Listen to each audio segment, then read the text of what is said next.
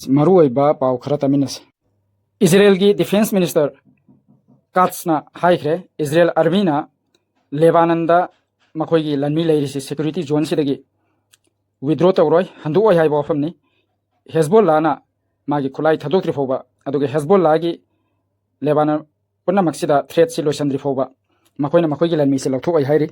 मसी Israel की defence मिनिस्टरना फोंदोखिबनि US की defence secretary पेट हेक्सेटना high हुजिक US Abraham Lincoln की फिवम से कंडीशन से खरा फब वाटली हाइरि अदुगा मसीगी कंडीशन फब वाटलेना मयामदा हाइरिबा रिपोर्ट से मसी मयामदा लाना संदोकनी मखोइना मखोइगी सिप खुदिमक क्रियू मेंबर खुदिमक कैप्टन खुदिमक दरकार ओइबा खुदिमक मखोइना पी मखोइगी कंडीशन फतबा लेते कंडीशन यामना फै हाइबा वफम डिफेंस मिनिस्टर पेट हेक्सेटना फोंदोक यूएस की वाइस प्रेसिडेंट जेडी भेंस ना हाई यूएसए ना ईरान दा तौरिबा वार सिदा गोल अनि खक्ता लई अहानबदा गैस अमसुंग ऑयल की स्ट्रेट ऑफ हॉर्मुज फावर चटलीसी मसी रेस्टोर तौबा हानगी फिवम दा चलहनबा अदुगा ईरान सिना न्यूक्लियर वेपन से मसी लेबदगी थिंगनबा होनबसी मसीगी गोल अनि सी खक्की खल्लगा ईरान दा लंदाबनी हाइबा वफम फोंदोखरे यूएस सीनेट माइनॉरिटी लीडर चक सुमरना डिफेंस सेक्रेटरी पेट हेक्सेट से कॉल तौखरे महाक से डिफेंस सेक्रेटरी से महाक से थबक्तगी सस्पेंड तौगदबनी थबक्तगी कक्थटगदबनी महाकना यूएसएस अब्राहम लिंकन से हैंडलिंग तौबा हिते सुमरना हाई हेक्सेट से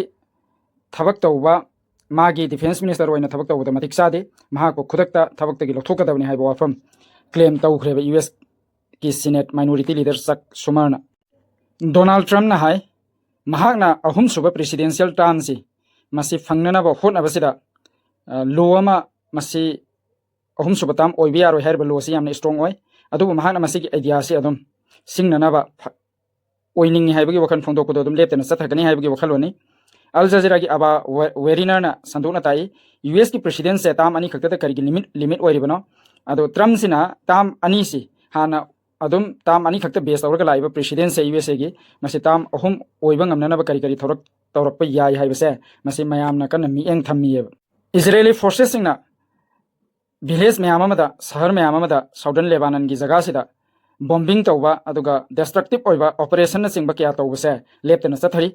एक्स प्रेसिडेंट निकोलस मदुरो से वेनेजुएलादगी प्रेसिडेंट ओरमबदगी लौथोख्रबा मतुंगदा यूनाइटेड स्टेट्सना वेनेजुएलादा हजिक मखोइगी इन्फ्लुएंस से अकन मोंगदा फंगे गेन तौरे था तारीख की मतुंगदा यूएसए ना वाशिंगटन सिना वेनेजुएलादा कंट्रोल से कैम लेरबगी हाइबा वहंग नि हजिक थोललिबसे हेनरी जाइमर CSIS फेलो सिना माना हाइबगी मतुंगिना यूएसए ना वेनेजुएला से हजिक सु हेन इन्फ्लुएंस तौबा दरकार ओइरी ओन ओइबा दरकार ओइरी हाइबा वाफम फोंदोखरे नॉर्थ कोरिया ना यूएस अमसुंग साउथ कोरिया की मिलिटरी ड्रिल से मथंग की चयोलदा होगदबसे मसी यानिंगदे तौरोइदबनी हाइबा वफम फोंदोखरे मसीना नॉर्थ कोरिया दा प्रोवोकेशन तौबनी अदुगा कोरियन पेनिनसुला सिदा टेंशन से वंखलली हाइबा वफम नॉर्थ कोरिया की मिगेदगी फोंदोखरे यूएस की डिफेंस सेक्रेटरी पेट हेक्सेटना हाई यूएस फोर्सेस ना नेवल ब्लॉकेड ऑफ ईरान से मतम कक्तबिदा चथबा ngami अदुगा मसी चथनबगी दमक शिप से रोटेट इन तौबा अदुगा रोटेट आउट तौबसे रीजन से दरकार ओइरबदी तौगनी हाइबा वफमनी 55 शिप से ब्लॉकेड एरिया से लापदा हल्लगा चलहनखिबगी वफम सु लेरे मकोइना ब्लॉकेड से होबदगी पेट हेक्सेट की ओपिनियन की मतुंगिना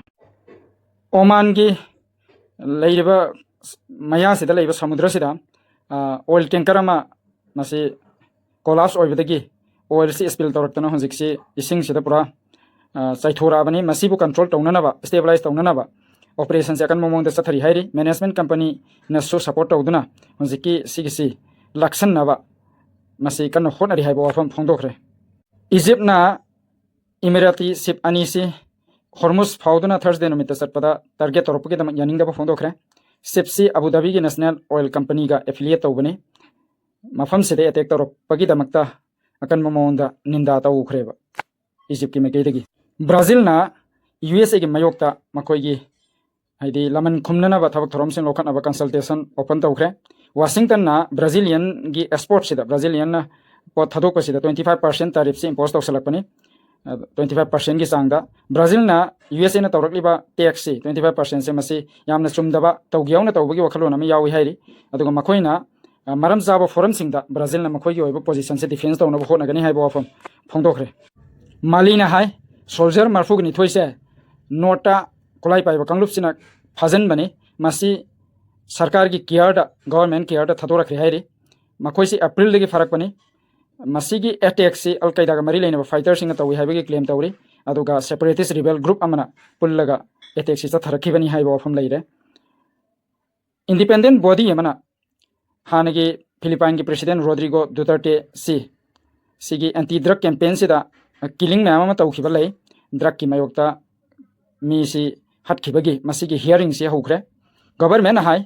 मियोय लिसिंग तरुक सी एंटी ड्रग कैंपेन सिदा प्रेसिडेंट रोड्रिगो डुटर्टे की मतम सिदा हटली हाइरी अदुगा राइट ग्रुप खरा सिना थमलिबना मियोय लिसिंग कुंथ्रामुक किल तौखि हाइबो वफमनी मसीगी मतांग द हियरिंग से हुजिक हौख्रेबा सांग अनलो द व्हाइट वॉल सिना हाइरिसी महाक्सी शांति की दमक मिशन अमदा लेरिबनी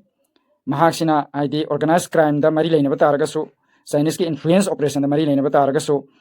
मिशन से मा पीस फंगनबा सिगी मैगेद लेबनी हाइरी चाइनीज यूनिफिकेशन प्रमोशन पार्टी की फाउंडर सिना हाइबदा चाइना का पुंजन बसी मसी मतांद मा यामना सौगली अदुगा ताइवान ना निंग तमगा लेबसी मा यानिंगदे मसी पीस फंगनबगी दमक यामना दरकार ओई ताइवान द हाइबो वफम सांग अनलोना फोंदोखरे ताइवान से हुजिक लंदारक याय हाइदुना ममांगदा मिलिटरी ड्रिल सिंबा चाइना ना लंदारागदि कमाइन तौगनी हाइना पंगथोखिबा लेरबने मखोइदा थेंगनबा करमाइना थेंगनगनी करमाइना पब्लिक सेफ्टी ओहनगनी हाइबगी मतांगदा टर्किश की फॉरेन मिनिस्टर हकान फिदान हाई इजराइल ना गजा के पैलेस्टीनियन पुनमक्सी तंथोकनबा पंदम थमी माना Benjamin Netanyahu prime minister of Israel से प्रेशर सी वांखटनबगी कॉल तौख्रे हाइदि मसी फतब वखलनी हाइदुना फिदान हाई टर्की अमसुंग इजिप्टना गजा बोर्ड ऑफ पीस से जॉइन तौई मरोइना मखोइना जॉइन तौरिबसी गजा द तौरिबा मी हेपगी थबक नैबगी थबक से लेफननबा जॉइन तौबनी हाइबो वफम फोंदोखरे ओइल से टैंकर कैरोलिन बेजेंगी से सिदगी अटैक तौरपदगी लीक ओइबदगी हजिक ओमान की कोस्टलाइन फाउब यौसले हाइरी बेसेल से अटैक तौख्रब मतुंग चैयोनम फरकपसिदनी यौरलिबसी अदुगा मेराइन रिजर्व की मनाक्तसु थाउ से चेंजलपै मोंग लेरे टैंकर सिना पुरकलिबा थाउ से 8 लाख बैरल नि रशियन क्रूड ऑयल नि पुरकलिबसी मसी अटैक तौरपदगी लीक ओइदुना ओमान की कोस्टलाइन फाउब यौरखरे हाइरी मसी थिंगननबा असोपन याउदनबा एनवायरनमेंट दसु करिदसु सोकपसे हंथनबा ओमान नकन्ना हजिक होनरिबनी ओमान गवर्नमेंट बेनी जिला की सरकार अमसुंग ओपोजिशन ना हाइदि सुप्रीम ट्रिब्यूनल ऑफ जस्टिस से मसी पांगथोकनबा यानखरे अदुगा बेनी जिलन की गोल्डा फजनदुना लेरिबा $4 बिलियन से मसी थादोकनबा हाइदि नुमित तरुकनी वरी सारबा मतुंगदनी मसी रिलीज तौननबा वफमसु यारे हाइरि एग्रीमेंट सिना हेन रिफॉर्म तौरपगी चांस लै अदुगा अनौब इलेक्शन अमा पांगथोरपगी चांस लै हाइबा वफम हजिक पाउसिना हाइरि जाम्बिया की प्रेसिडेंशियल अमसुंग पार्लियामेंटरी इलेक्शन द भोट से हजिक थीरे हाइरि हजिक ओइबा प्रेसिडेंट हकाइंदे हिसिलेमा मागी तेज अम ओइ हाइरि महाकी इकोनॉमिक पॉलिसी गी मरुओइना तेज ओइदोइसि अदो कैंपेन से मरुओइना डोमिनेट तौखिबसि हिंगबगी लाइफ से लिविंग कॉस्ट यामना वांखलकपसि मसिदा बेस तौरगा कैंपेन से भोट की यामना तौखि हाइबो वफम फोंदोरखरे हजिक अदुगा यूएस इमिग्रेशन एजेंसी हजिक इलेक्ट्रिक शॉक ग्लोब से इक्विप तौरनी हाइबगी प्लान लैरि हाइरि अदो मसिना फोर्सना लाइबा मियामसिदा पोटेंशियल यामना लै हाइरि एब्यूज तौबगी अदो ग्लोब से $20 मिलियन फाउब यौरबा याय हाइरि मखोई ग्लोब से सिगिसी इलेक्ट्रिक शॉक यावबा ग्लोब ओइदोइनी यामना तांबा ग्लोब नि मसिगिसी एसएस अब्राहम लिंकन की मागी शिप से सिगिसी हजिक वार से सुम ईरान द चथबना मरम ओरगा शिप मनुंगसिदा अवाबा मैम अमा थेंगनरि हाइरि अरुबा इंक्रीजिंग ओइबा हाइदि फेस तौबदा मरु ओइबा बेसिक सप्लाई से वाटलकपा अदुगा सेलर अनी अमसु हाइदि जहासिदगी चोंगथरगा इसिंगदा सुसाइड तौनबा होनबगी मतांग अमसु पल्ली डिप्लॉयमेंट तौरबा मतुंगदा था 8 सुरबने जहाज से यूएसएस अब्राहम लिंकन से पेड एक्सेस मतिक चादे महान सिफो मैनेज तौबा ngamde फम थादोकदबनी हाइबो वफम फोबा पाउगी हौरकपदा पनखिबा लैरबनी अदुगा कोलंबियादा हजिक सर्वाइवर से थीननबा थबक से लेप्तना संगसली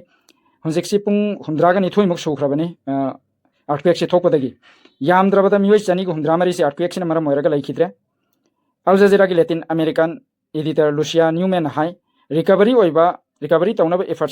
सिना यामना कन होनरी मसी अनौब सरकार सिगिदि तेज अमगुम्बसु ओइरे हाइबो वफमनि यूके की मिनिस्टर स्टेफेन दाउटीन हाई महाक्सी यामना नुंगाइतबा फाउई हाइरि इजराइल की नौना खुंदागिना संगलिबा कांगुसिना तौरिबा हिंसा से मरुआइना कुसरा ऑक्युपाइड वेस्ट बैंक सिदा इजरायली सेटलर मखैसिना पैलेस्टीनियन की युम अहुम से आइदि मुनबने 6000 बने इसिंगना सिंगबा लाइबा सप्लाई तो कक्थटपा इलेक्ट्रिसिटी कक्थटलगा मागी इलेक्ट्रिसिटी से लाखंदबा अदुगा रोड ना सिंगबा थिंजनबसिना मरम ओरगा UK की मिनिस्टर स्टेफेन डाउटी सिना मासी यामना नुंगाई तबा अवाब फावी है वफम फोंदोकपगी पाउनी नॉर्वे की foreign minister Spain but at ना हाई ईरान दा तौरिबा वार सिना मखोई हरपदा पांबा पंदम दु मदु फंगबदुदी ngamdre maithire aduga tehran da laiba hardliner kangu sena mapangal kankhadali hanagi state of hormuz da lairamba freedom of navigation du madu hallaga lakpa pami aduga conflict si loisan ba pami haiba wafam phongdokre Israel की defence minister Israel कट्सना हिलटॉक की youth settler मखै से थागत फोंदोखरे मखोइना occupied Palestinian land से लौसलबा Palestine की लमसिंग से मसी यानदुना मखोइ की कंजनदुना थंबा ngambagi damakta Israeli settler मखैना गानिम दसु संजनख्रबने मसी आइनियादा मोंगदा West Bank दा settlement तौबा जगा अमने मसी इजरायलना 2005 दा थुगाई एखाइदुना तौखिबा मफम अमने